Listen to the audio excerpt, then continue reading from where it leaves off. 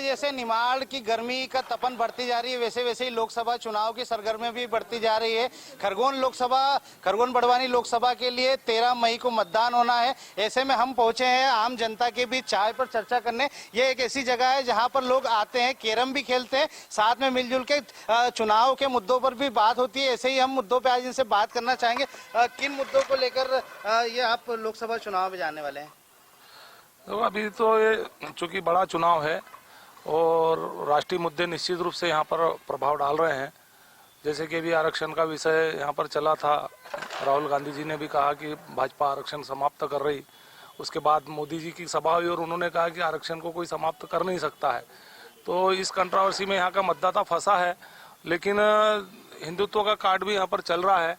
जिस प्रकार से मुस्लिमों को आरक्षण देने की बात कांग्रेस ने की थी, तो मोदी जी ने बड़ी सफाई से उस पर अपनी बात रखी है कि हम किसी भी प्रकार से मुस्लिम आरक्षण के पक्ष में नहीं है। और उन्होंने तो ये तक वादा किया है कि वो उनके रहते कभी भी ये मुस्लिमों को आरक्षण नहीं देंगे। तो ये मुद्दे तो राष्ट्रीय स्तर के हैं।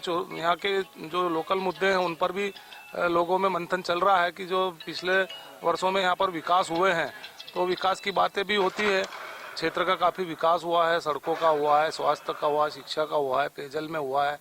तो ऐसे कई मुद्दे हैं जिन पर काफ़ी काम हुए हैं। और यहाँ पर मोदी सरकार की जो उपलब्धियों में गिना जाए तो अभी मेडिकल कॉलेज की भी यहाँ पर सौगात मिली है। तो देखा जाए तो कुल मिलाकर विकास का ही यहाँ पर मुद्दा है और राष्ट्रीय मुद्दे भी यहाँ पर प्रभावी रहेंगे। तो कहीं ना कहीं भाजपा यहाँ पर बढ़त लेती दिखाई दे रही है।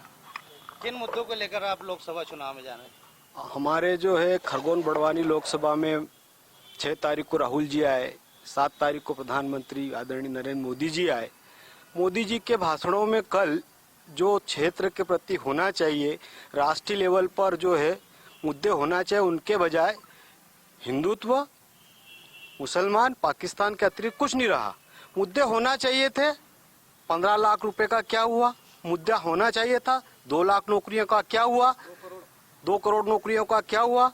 मुद्दा होना चाहिए थे निमाड़ को आजादी के बाद आज तक रेल नहीं मिली, उस पर चर्चा करना चाहिए थी। मोदी जी ने जो सिंचाई परियोजनाओं को गिनाया, नागलवाड़ी परियोजना कमलनाथ की देन, नर्मदा सागर परियोजना कांग्रेस की देन। तो जो है ये मुद्दों पर बात नहीं करते हुए मात्र और मात्र हिंदुत्व, सनातन पर चुनाव जीतना चाहते हैं। देश की जनता समझ चुकी है, अब की बार न्याय चाहिए, चाय वाला नहीं न्याय वाला चाहिए। जनता के बीच में ये शब्द हैं। हमारे साथ युवा मतदाता भी मौजूद है, इनसे भी जानते हैं कि किस तरह के कौन से मुद्दे लेकर अब आप युवा मतदाता हैं, किस तरह के मुद्दे लेकर जाएंगे चुनाव में? देखिए, हमने यहाँ पर मध्य प्रदेश में और खासकर खरगोन में हमने दोनों देखे कि उसमें एक कांग्रेस का शासन भी हमने देखा हुआ है और यहाँ पर भारतीय जनता पार्टी का भी 10 साल का शासन देखा है। इन 10 सालों के शासन में हमने यह चीज़ देखी है कि जब हम यहाँ से अगर इंदौर जाते थे कि हमारा पास में एक बड़ा हब इंदौर हुआ करता था, परंतु उस इंदौर के हब में जाने के लिए हमें 6 घंटे का समय करना पड़ता था, परंतु आज वहीं हम 2.5 से 3 घंटे में पहुंच जाते बस के द्वारा भी। दूसरी चीज़ जो एक बड़ी प्रॉब्लम होती थी कि यहाँ पर कुछ भी बड़ी चीज़ नहीं थी, तो मोदी जी ने कल हिंदुत्व के उस पर बात तो की, परंतु उसके बाद भी जो इस खरगोन शहर के लिए विकास किया है कि मेडिकल कॉलेज ला दिए, यूनिवर्सिटी ला दिए, आदिवासी बच्चों के लिए एकलव्य विद्यालय इन्होंने खोल दिए सीएम राइस के द्वारा।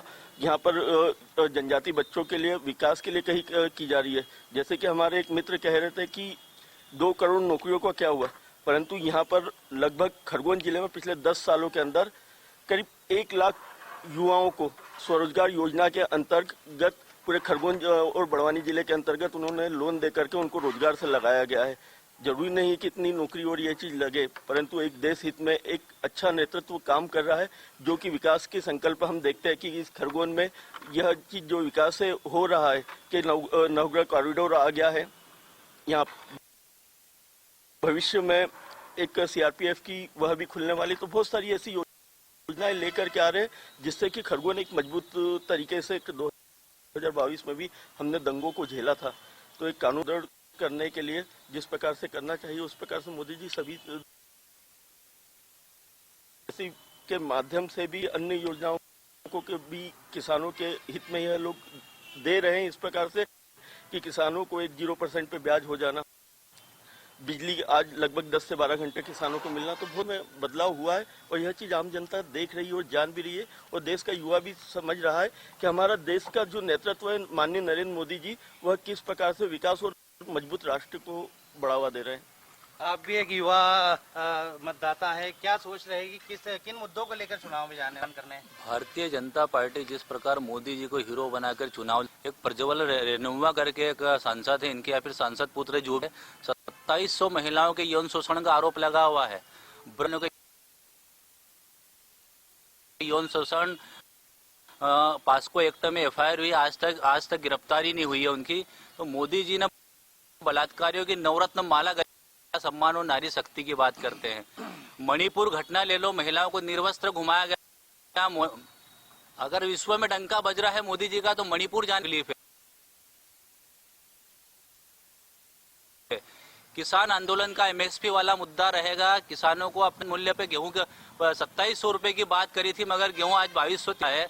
भारतीय जनता पार्टी के नरेंद्र मोदी जी को मैं बता दूं कि वो मंचों से कहते हैं कि लोग मुझे गालियां देते हैं। भैया गालियां आपको क्यों नहीं देंगे जब महिलाओं का यौन शोषण होगा? गोल्ड मेडलिस्ट में मुद्दे यही रहेंगे, महिला यौन शोषण भी मुद्दा रहेगा। क्योंकि मोदी जी के ब्रजभूषण ले लो, चिमयानंद ले लो, ये रेवन्या ले लो, कोई भी ले लो, तो रोजगार मुद्दा रहेगा। जब बच्चे रोजगार मांगने जाते हैं तो इनको भोपाल में लाठियां पड़ती है। ये मोदी जी की क्या करनी और कतरा आरक्षण मुद्दा रहेगा। मोदी जी कहते हमने आरक्षण के बारे में कुछ नहीं बोला। इनके 4 विधायक, 4 सांसद आरक्षण के बारे में बोल रहे हैं। ये जानने की कोशिश करते हैं मोदी जी, मुंह दिखाई के लिए। आपने देश में क्या किया है? चीन अंदर है और अपना मणिपुर जल रहा है, आप उस पर बात कीजिए। आप क्या हिंदू धर्म को एकदम राम जी को मोहरा बना के ना कम से कम चलाए? राम जी को भगवान रहने दे। राम जी सबके आदर्श थे, हैं और रहेंगे। आप भारतीय जनता पार्टी तक उनको सीमित ना रखें। आप भी एक युवा मतदाता है। पिछले 5 वर्षों का कार्यकाल जो सांसद, बीजेपी के सांसद यहाँ रहे, वो एक बार फिर पार्टी ने उन पर भरोसा किया है और उनको फिर से एक बार टिकट दिया है। ऐसे में कितना विकास हुआ है और अब आगे के लिए? हमारे युवाओं की तो मन की हुई है, हमेशा से मन की, 2014 से ही मन की होती आ रही है। रोजगार की बात तक कही जा रही है। रोजगार ऐसा नहीं कि सबको सरकारी नौकरी मिलेगी तो वही, सबको लोन के द्वारा अपनी अगर दुकान खोलते हैं, जैसे मैंने कहीं ना कहीं शुरुआत करी है तो रोजगार ही मिला है, तो मेरे को लिंक नहीं दिया, गवर्नमेंट ने उसकी सब्सिडी दी है, तो वो मैं तो रोजगार से लग गया ना। रोजगार का एक डेफिनेशन ये भी होता है, सरकारी नौकरी यहाँ आके कलेक्टर बन जाए वो नहीं होता है। अब आने वाले जो लोकसभा चुनाव में किन मुद्दों को लेकर आप भी मतदाता है तो जाएंगे? देखो हमारे हमको तो बड़ी खुशी है। जय श्री राम। हमारे साथ और भी शहर के प्रबुद्ध नागरिक मौजूद हैं, इनसे भी जानते हैं किस प्रकार के जो मुद्दे रहेंगे इस बार के लोकसभा चुनाव में। देखिए साहब, इस देश के अंदर महंगाई चरम सीमा पर है। इन्होंने शिक्षा महंगी कर दी, इन्होंने स्वास्थ्य महंगा कर दिया है। इस देश के अंदर गरीब और गरीब हो गया, अमीर और अमीर हो गया है। ये भी बड़े मुद्दे हैं और महंगाई चरम सीमा पर है, ये मुद्दे रहेंगे।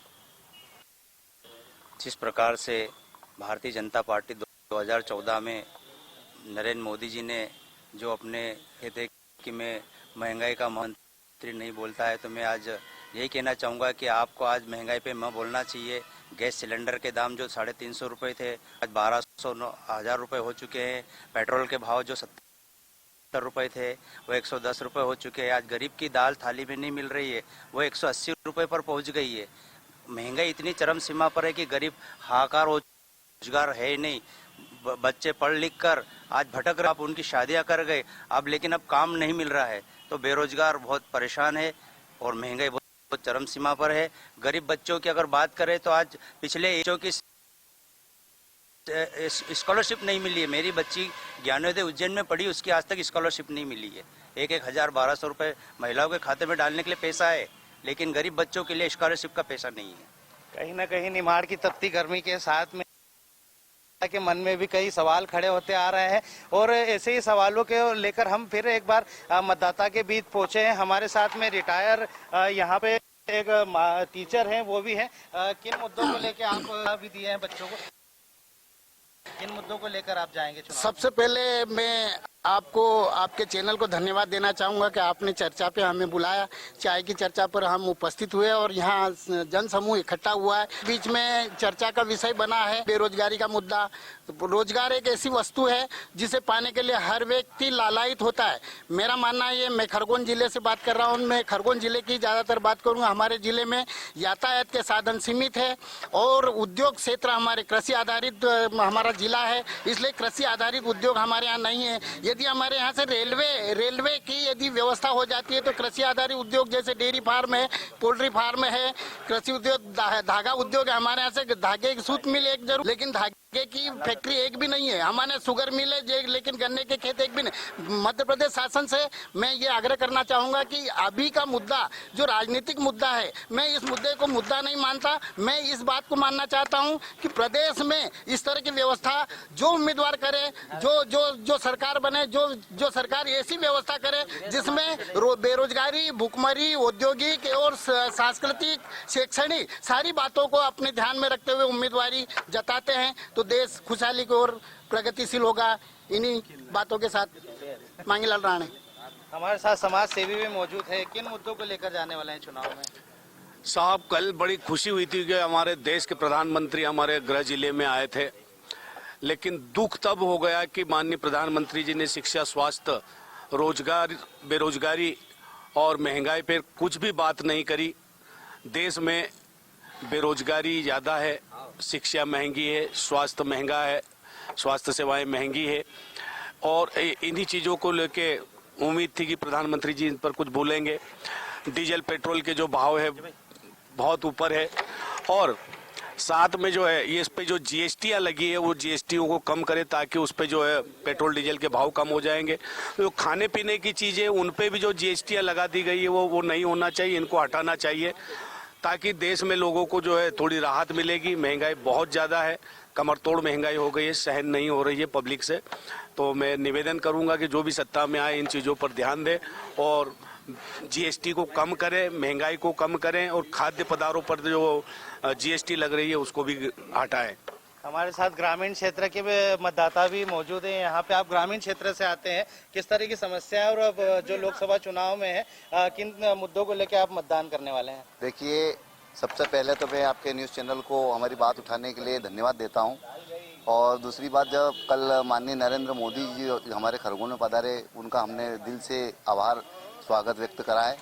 तो अभी वर्तमान के दौर में जो महंगाई है, महंगाई की यदि बात करें तो महंगाई इतनी है कि घर की गृहिणी परेशान है। यदि उसे बाज़ार हम थैली लेकर के भेजते हैं बाज़ार करने के लिए 500 की नोट लेकर के, तो सिर्फ मात्र 2 किलो दाल लेकर के बड़ी मुश्किल से आ जाती है। अब उसमें महंगाई इतनी हो गई है कि वो 100 रुपए के नोट में इतना बाजार करके ले जाती थी जहां 500 का नोट भी उसको कम पड़ रहा है। और दूसरी बात यह है कि मजदूरी जो है 300 से 500 रुपए, यदि कोई अच्छा मजदूर है तो वो 500 रुपए कमा लेता है। अब आप बताइए कि महंगाई के दौर में यदि वो 500 रुपए का घर कमा के ले भी जाता है तो क्या करेगा? बच्चों को पालेगा, शिक्षा उन्हें देगा, खाना खिलाएगा, रोजगार कहाँ से उपलब्ध करवा पाएगा? स्वरोजगार की बात करने की बात कहते हैं, स्वरोजगार लोन कितने लोगों को दिया जाएगा? और यदि सब स्वरोजगारी बनने वाली बात है तो फिर सरकार किस पे चलाएंगे? सरकार के लिए यदि नौकरियां नहीं है और सरकार फिर बना काहे के लिए रहे है? जब नौकरियां ही नहीं है तो सब तुम प्राइवेट ही कारोबार करोगे तो फिर सरकार किस पे चलाओगे? जिसने भी ये थे हमारे खरगोन शहर के प्रबुद्ध नागरिक जिनकी अलग अलग राय है। कहीं बेरोजगारी का मुद्दा है तो कहीं महंगाई का मुद्दा है। इन मुद्दों को लेके जो है खरगोन की जनता आने वाले 13 मई को मतदान करने मतदान जो क्षेत्र है वहां पर पहुंचेगी। प्रवीण पाल, इंडिया न्यूज, खरगोन।